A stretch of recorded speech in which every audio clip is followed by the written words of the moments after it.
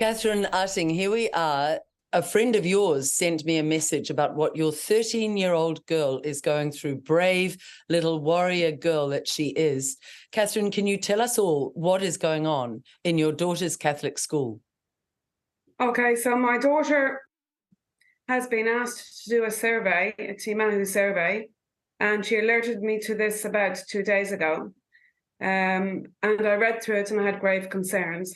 But previous to that, I have been battling with the school when I was alerted by Family First, amongst other channels, as I've been, looking at what's been going on since the COVID lockdowns and realised something wasn't right. And yeah, it just kind of flabbergasted me what Family First were saying about the sexualization of our children and the sort of books that were being issued out, like Welcome to Sex, which is now in all of the New Zealand libraries. So I emailed my daughter's vice principal, and they said they weren't taking part in the Pride month of June, which I was very happy about, but that they were going to take part in Pink Shirt Day. Now, for me, Pink Shirt Day is under the guise of the same. So anyway, we had a conversation about that, but they were adamant that was going ahead. My daughter did go to school, and she didn't wear pink, and she didn't make a donation, and she took a stand in the school that day. What I'm trying to teach my daughter to do is to be resilient and to be strong, and not to actually hide away, because it's really, really important that she gets an education, and she shouldn't, in my opinion, have to hide at home. She's an only child. She's got good friends there, and she likes the company of her school. That's critical. I would back you up all the way. I think there's another thing to teach our children. You don't have to be herded into one way of thinking. If someone wants to wear a pink shirt, fine. If someone doesn't, that is their choice in a supposed free society. So I back you up all the way on that. I've had to, my daughter Joan has had to kind of stand on her own and be strong from the very beginning. I sent her to school, not jabbed. I sent her to school with no mask. She wasn't going to school without one of those on her face. Told her what she had to say, if children pointed out at her, and if she got hassled by the teachers.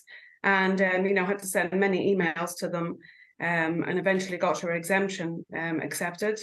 And it was really upsetting for her to see all the other children in her class masked.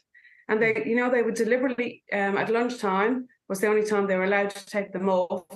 And they would deliberately eat their lunch really, really slowly and not, hang out with each other. Whereas before they used to eat quickly because they wanted to hang out and do things, run around and be physical and be active outside. They deliberately ate really slow because it was the only time they were allowed to take their masks off, and my daughter would come home crying. She's also said to me that, Mum, 90-something% of the children in this school are vaccinated. She said, so I don't know how long I'm going to have my friends for. Oh, Catherine. What an incredible young 13-year-old she must be, Joan. It's disgraceful, at age 13, knowing that some of her friends won't be around maybe in the next 2 to 5 years, because I've had to tell her how deadly the vaccines are. She's had to have a running plan while she's at school if they come in and try to do anything without my consent. So I've had to tell her from the beginning that they're deadly and that you're not to be brought in under the guise of, trickery and persuasion, because we know throughout New Zealand that many children over 12 were being vaccinated, especially at one of our other schools here, for free Burger King. And then they were targeting all the vulnerable parents because they can't make their own decisions, addicts, or people that were dealing with family violence and so on, and just going ahead and doing it, especially all up the East Coast here and in all of the maraes. So Gisborne is quite asleep. We don't have a big group, so we are doing our best. But her school and her principal personally are just, they're just so woke. They don't want to know anything. I've tried. I've had other people try to warn them and share information, and you just get shut down. Now, we've done a piece on abortion. We've done a piece on a very sexualized book that was going in our libraries. And I know that other groups, including I'm aware of Family First doing some, and many other groups doing pieces and work on this rampant spread of sexualization of the very young. Sorry, I kind of went off topic. Yeah, no, it's very important. It all ties in to a herding and a breaking and a sort of mesmerizing, hypnotizing of our young. What is the issue today? Where is your daughter right now? What is going on? We're recording this at about 9:10 in the morning. Where are they now, those school children? Okay, so my daughter's at school right now, and they've been asked to fill out the survey today. My daughter is the only one in year 9 not completing it. And they all got told they were getting a free $5 cafe voucher. And bribing our young, bribing our children. Yeah, it's what is that about? I know, luring them in as usual, as we know they've been bribing them from the beginning, haven't they? So I gave my daughter $5 and I said, you buy yourself a lovely treat at the cafe, because we are organic here and we're very aware of that they've been putting toxins into our food for years, and conveniently keeping us sick so that we keep buying their pharmaceutical drugs and blah, blah, blah, all the rest of it. And I said, today you can have whatever you like. You can have, you just treat yourself and you don't worry about it. Her teacher came up to her privately yesterday and said to her, we'll make other arrangements for you to do something today, because her class will be sitting. It's a series of 2 tests. One, both last 40 minutes, and then a 30-minute test. So I guess that's altogether 80, 120, 130 minutes of their time today will be on this survey. The survey is called Tahu survey. Now, I didn't know a lot about it, and I still don't, Liz. I have sent you a link that I just looked up this morning. But my daughter took this out of her school bag 2 days ago, and she said, "Oh, Mum, I have to do this survey at school, and I'm just going to do it on Thursday." And I went, "Oh, okay, Joan." I said, "Have you got any information on it?" Because I didn't receive any emails or anything online. So you know what kids are like. The letter was scrunched up in the bottom of her school bag. She says, "Oh, I meant to give this to you probably earlier." And so I took it out and I read it. And when my daughter came home from school, I said to her, "Look," I said, "it's really important that if you get any information from the school, that you take the time to sit down with Mum and read it, especially in these times." And she understood what I said. And I read through it thoroughly, and then I emailed the school and said she wouldn't be taking part. And what really concerned me was, initially it seemed okay because it talked about covering an assessment on the children's level of learning and stage of learning that they're at in year 9 with maths and science. But then it further went on to talk about the children's perceptions and attitudes and experiences of their home and their school environments. And the topics covering your family, home backgrounds, your physical health, emotional well-being, your attitudes to maths and science came last in the letter, which made me just deeply concerned. And as I read further on, then it said you will also be asked about your parents, including their education and occupations. And I thought, well, what's that got to do with maths and science? And why is Tahu needing to know private information?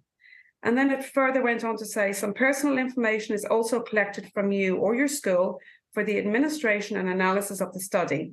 Name, sex and gender, birth date, and learning support needs. So when I saw the sex and gender on there, I thought, no. So my concern is that Tahu apparently is filled out every 4 years. And it has been apparently set up. Now, I'm not sure what it came under 4 years ago, because the Tahu that I looked up online is a branching of the Ministry of Health. And it looks to me like it was set up in 2021. So maybe it existed under, I don't know, another name previously, and it's been updated. Catherine, do we have an English name for Tahu? Okay. Do we have it in English? Oh, sorry. No, sorry. I have to further look into that. No, they do this. They do very obscure Maori names. Yes. It's the same as the propaganda department, Te Punaha Matatini. They don't say the Labour propaganda Goebbels department, but it is a propaganda department, but they put it under an obscure Maori name. Yes. It's cunning. So Tahu, okay, we don't know what that is, but it looks like it's linked to the Department of Education, which is looking. Yeah, I had to look online, and it said Tahu is, an initiative set up with the Ministry of Education, and that they're revamping and renewing it because they're concerned or because they want to improve school learning and school initiatives and perceptions. I'm like, okay. And then there were all these Maori words, which I don't understand. I'm from Ireland and I respect the Maori culture, but, you know, it's not my strongest point. But as you say, it's kind of, they made it really confusing how it's guised under all these really nice words that, to be honest, if you know the underlining meaning of them, they're extremely frightening. Initially, it's saying they're, you know, it's a maths and science assessment, right? Mm. And then it goes on to wanting information about me, my husband, our jobs, what we do at home. Then it wants to know about my daughter's emotional well-being and how she's feeling. And then it wants to discuss her sex and gender. And there's actually a separate questionnaire away from the maths and the science asking, which is 30 minutes long, which just actually pertains to all of that. Oh. And I messaged her school and I said, what has sex and gender and my personal private information that has nothing to do with Tahu got to do with an assessment on maths and science? So yes, when I got this letter, I brought it around to my friend, and she was talking with her other friend and sharing this letter I'd received. And her friend rung us back and look, I haven't got all the information there either. But this information is being sent to Boston College in the USA. And apparently, I don't know enough about it, but I looked up Boston College and it's defined as the Jesuits research university. And that, you know, sent alarm bells out to me. And I have a feeling that the 15,000 New Zealand students around the country that are taking part in this will be Roman Catholic schools. And then this information is sent there. And my friend Linda, her friend said that Jacinda Ardern is over there now and she's involved with Boston University and Harvard very strongly. I knew she was involved in Harvard, but I don't know her connections with Boston. And I don't have enough information for you because I haven't looked further into it. But as soon as I saw the third section on asking private family information and wanting Joan to identify what sex and gender she is in this questionnaire, I was like, no, this is under the guise of maths and science, but I'm concerned they're wanting to collate information on young children. And there was individuals, you know, randomly selected for this. And on the letter that you have, is there anything on that letter declaring that link with Boston University, or was it print? There is what is the line on that letter? Because it's only 2 pages long. I mean, I could read the whole letter out to you, or shall I just read out where the researchers are based? Just read the paragraph that links it with. Are they saying openly this information will be sent to Boston University? Okay. So who are the researchers? We are researchers from Tahu at the Ministry of Education and are responsible for collecting TIMSS data in New Zealand, which stands for Trends in International Mathematics and Science Study. The international researchers are based at Boston College in the United States. That is so sinister. Just the first part of that sentence, Catherine, you are absolutely right. They keep talking about maths and science, and yet, as you say, they are asking about family and gender and sex. It's 3 components to it. There's 2 40-minute tests and then a 30-minute test at the end, which is collating information about the child and the family. And what I don't see why that's necessary. I think that when these surveys were done before, it was just maths and science. And it wouldn't surprise me if in 2021, the new improved survey or exam that these children are doing slipped that in. I have a feeling it wasn't there before, that, you know, gender and sex and family information. So what are they doing with that information? It goes apparently into the National Research Coordinator coordinates apparently all that information. And then I'm presuming they link in with Boston, and I'm not sure what they do from there. But it all goes onto a data system. The children are sitting there that are doing it now are doing it on their computers, and they've, you know, got to log into a link that the coordinator at our school has given them and follow the test individually. Do we know if this is happening only in Catholic schools or in all schools? I don't know. All I know is that it's been So you and your class, I'll just read this section out for you. You and your class have been selected at random to represent New Zealand in TIMSS 2023, a large research study that takes place every 4 years all around the world. About 15,000 New Zealand students from around the country will be taking part in this.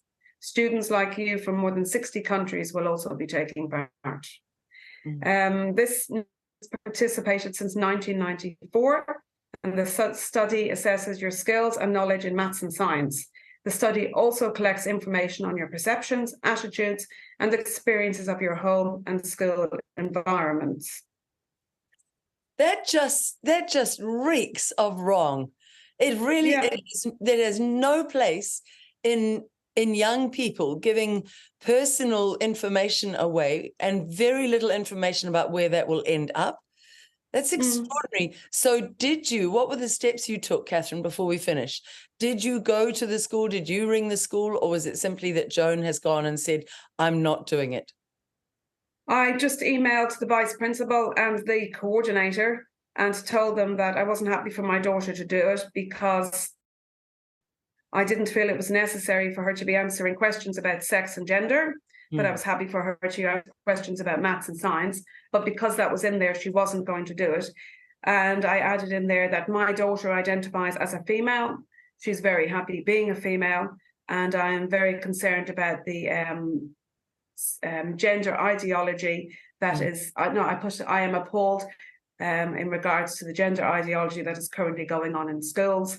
So my daughter will not be taking part, on today.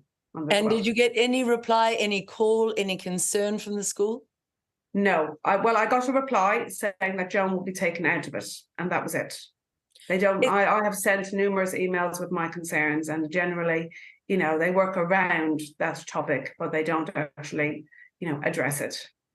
And it's credit to you that you're such a great mum and that you really are aware of what your daughter's going through. There'll be many busy working parents stressed about their mortgage and money and time at work who will have no idea this is being done. For me, even the brain shift of gender and sex, it just took a moment to even get that. Gosh, they're really differentiating it now, aren't they? They're really putting that in the heads of the young people. My daughter said she has, within her group of friends, there's a couple now that identifies gender fluid and all sorts. And she said, it's not just a concern what's going on, in the schools. I have to say her school, I have been reassured that they are holding the line, but that they do follow the New Zealand school curriculum. But we know the New Zealand school curriculum, is following the relationships and sexuality education. And if you read through that, it's absolutely appalling and inappropriate. What's being put in there. And is that coming through from the UN or from the World Economic Forum or from a combination of them? I think it's coming through from a combination of them. The United Nations are the ones, though, that are strongly pushing it. Very much. And what I've read in terms of what they've got planned for our children is far worse than the readings of the relationship and sexuality education documents that we've got here in New Zealand. We're talking in many centres about the profound breakdown by these successive governments of our family structure. And that feeds right into Marxist agenda. They very much want to break down the strong male warrior fathers who'll speak up for families. They want to get the women strident and out and work all the time and not there with the children. And then they want the children broken. It is a dark, dark agenda. What would you love to see to finish off? Because we at New Zealand Loyal intend very much when we are in governance to honour the family unit. It's the place to start the healing of our society, we believe. What would you like to see? Well, the main issue that I have here, where I live, is that there's a serious lack of knowledge. So a lot of parents do not know that the relationships and sexuality education documents exist. And if they do, they wouldn't necessarily know what's in them. And the problem is different schools are indoctrinating it in different severities. We have a school up the road where my friend's daughter came home crying at age 11, where the vice principal was calling her a nit. And the mother had to ring up and say, well, can you not refer to my daughter as that? And the vice principal's reply was, well, we need to get the children familiar with pronouns and, being called, being respectful of, other names being used. So, I mean, that's just a tiny example of, it's deep-seated corruption that's going on.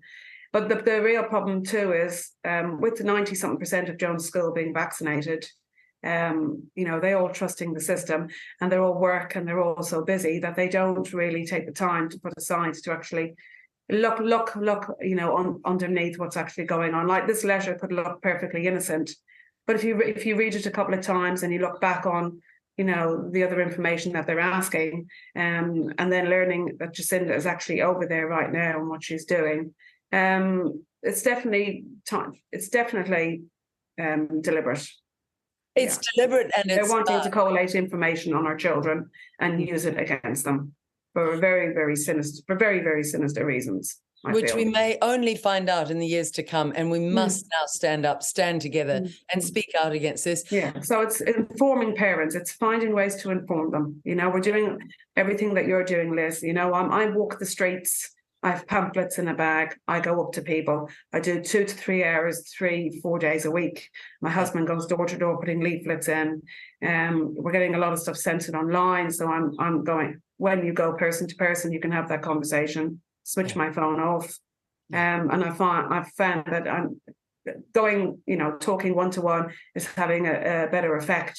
When you send someone all these links and they just don't want to know. Whereas when you go up to them and you to share with them a personal story about your daughter, your mother, your father, whoever it may be, and that's how we can reach and open their hearts, and then hopefully let them see there's more concerning stuff that's going on. I don't have the support of any of my family. I've come from a big family. They've all gone the other direction.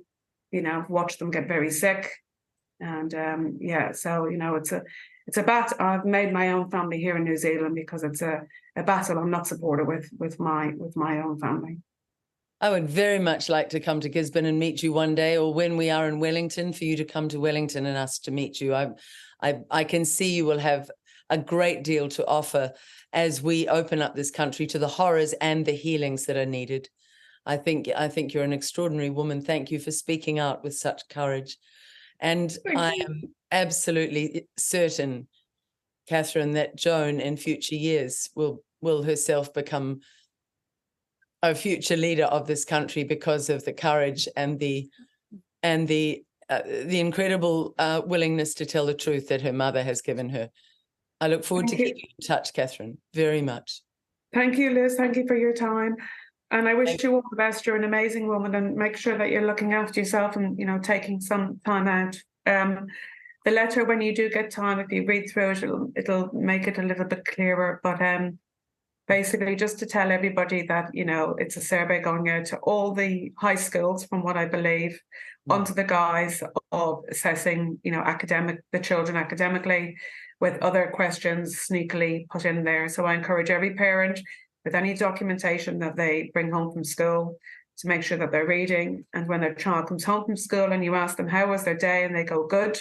Well, that's not enough information. Sit down with them and ask them what they've done with their day. Sit down and take the time to find out what's been going on, and take action. The school are not the ones that we should be intimidated by. We need to stand up to them. A principal is not God. Excuse the analogy; it's the wrong analogy, actually. But they're not someone we should be afraid of, like the politicians. We are the parents, and we tend to be. Well, I've often been intimidated by authority, because I feel they're cleverer than me and they know what to say and what to do. Don't be intimidated by authority. Stand up to them and ask questions. They're your children. Brilliant advice. And we often say in our meetings this: the government at the moment are not your friends. And I would say this: the Ministry of Education in New Zealand is not a friend to our children, is not looking after our children in a way that is truly responsible for their mental well-being. So there is much to be investigated when we get in. Could you send me the link to the writing about relationships and sex that you've mentioned a couple of times? And we'll add that underneath for parents to do their research. And Catherine, I meant it. We must keep in touch. I offer you my deep gratitude for sharing this to help other parents. Thank you, Catherine. Thank you, Liz.